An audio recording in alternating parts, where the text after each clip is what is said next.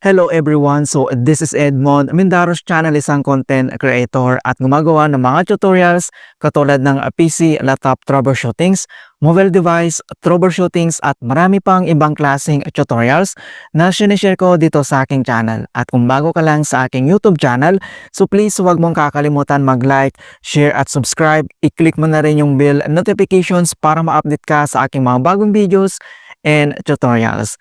So sa video ito ay pag-uusapan natin at i-guide ko kayo on how to transfer money from a Shopee Pay account to card bank or connect to card account. Kung hindi mo kabisado kung paano tap-upan ang iyong connect to card account from Shopee Pay, ang video ito ay makakatulong sa iyo as your guide. Kaya wag na natin patagalin at start na natin. So bago tayo mag-proceed ay i-remind ko lang na ang connect to card ay under po siya ng card bank. Kaya kung transferan mo ito ng account balance from other e-wallets, ang isisilik mo dito ay card bank dahil hindi mo makikita dito yung connect to card talaga. So card bank lang yung isisilik mo. Alright, in hope na malinaw na po mga kaibigan. And then proceed na tayo. So ang next step ay kailangan mo lang i-open yung Shopee app. So click mo lang.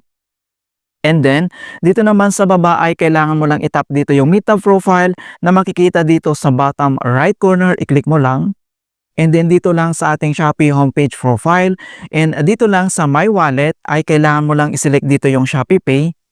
At dito naman sa ating Shopee Pay account, so dapat sufficient yung balance natin para makapag-transfer tayo. And then next step, kailangan mo lang iselect dito yung bank transfer. Okay? So remind ko lang, bank transfer yung isiselect mo kung Shopee Pay to connect to card. So i-click mo lang. And then, dito na sa bank transfer, and then i-click mo lang dito yung add new bank account. And then dito na siya. So kailangan natin i-fill out ito mga kaibigan bago tayo mag-proceed. So please ensure the bank account details are correct and the same as registered in the bank. Right? So makita mo dito yung bank name, i-click mo lang yung select bank. And then hanapin mo lang dito yung card bank mga kaibigan, or dito naman sa searching address bar kailangan mong i-type yan para makita mo kaagad. Dito naman sa baba ay kailangan mo lang mag-scroll down and then i-select mo lang dito yung card bank.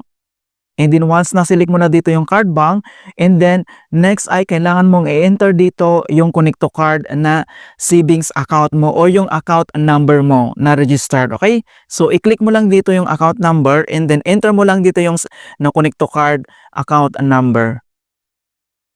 Okay, so once nilagay mo na dito yung account number mo, so double check mo lang kung tama lahat yung in-enter mo na account number. So 16 digit po yan.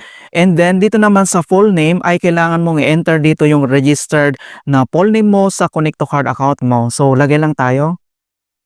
Okay, so once nailagay mo na dito yung full name, so double check mo ulit kung tama lahat yung details na nilagay mo, lalong-lalo na dito sa account and number mga kaibigan. Pinaka-importante yan na kailangan natin i-double check. Kapag okay na, so dito lang sa baba ay tap mo lang dito yung next. And then, dito na tayo sa bank transfer. So ito na yung details natin sa ating card bank or connect to card.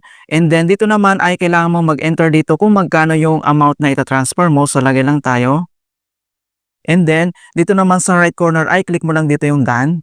Then, ito naman mga kaibigan, from Shopee Pay to other e-wallets or to other banks ay mayroon po ditong transaction fee na 15 pesos. So, may bayad po talaga. Unlike si Maribank na pre-transfer po. So, makita mo dito na admin fee na 15 pesos. Kapag okay na siya, so dito naman sa purpose ay maglagay ka lang dito kung gusto mong maglagay dito kasi optional lang naman ito mga kaibigan. Pag gusto mong i-leave yan, pwede po yan escape, pwede po yan. And then dito naman sa bottom right corner, makita mo dito yung next, so itap mo lang. And then confirm transaction. So kailangan natin i-double check kung talagang tama lahat. So ito na yung amount and then payment method yung Shopee Pay balance natin, and then send money to yung ating connect to card account, yung bank name, card bank, and then account number. And then dito naman sa baba ay kailangan mo lang itap dito yung send money now. And then kailangan natin i-enter dito yung 6-digit MPIN ng ating Shopee Pay account or gagamitin mo yung biometric authentication. So tap lang natin dito sa mobile screen para ma-authentication natin. Ayan, so wait lang natin. Okay, so makita mo na dito na napakabilis lang talaga mag-transfer pero may bayad po talaga, okay? So makita mo dito na successful na yung ating transfer from dito sa ShopeePay to ating Connect to Card account. And then ngayon, ang gagawin natin ay kailangan natin i-double check. And then, i-open lang natin yung ating Connect to Card app. So, click mo lang dito yung OK. And then, back lang tayo. And then, dito lang sa ating Connect to Card app. So, tap mo lang. And then, kailangan lang tayo dito mag-login. So, gamit lang natin dito yung login with biometric para mas madali. Okay, so dito na sa ating Connect to Card app, so makita mo na dito yung ating balance. And then dito naman sa top right corner, makita mo dito yung notifications. Dito natin makikita yung ating transaction details. So i-click mo lang and then makita mo na dito. Okay? Alright, so ganun lang po kasimple kung paano tayo mag-transfer from ShopeePay to Connect to Card app or ito yung tinatawag ng card bank mga kaibigan. And hope na nakapagbigay ako ng konting kalaman at guide tungkol sa ShopeePay tutorials. Thank you guys and see you in my next tutorials.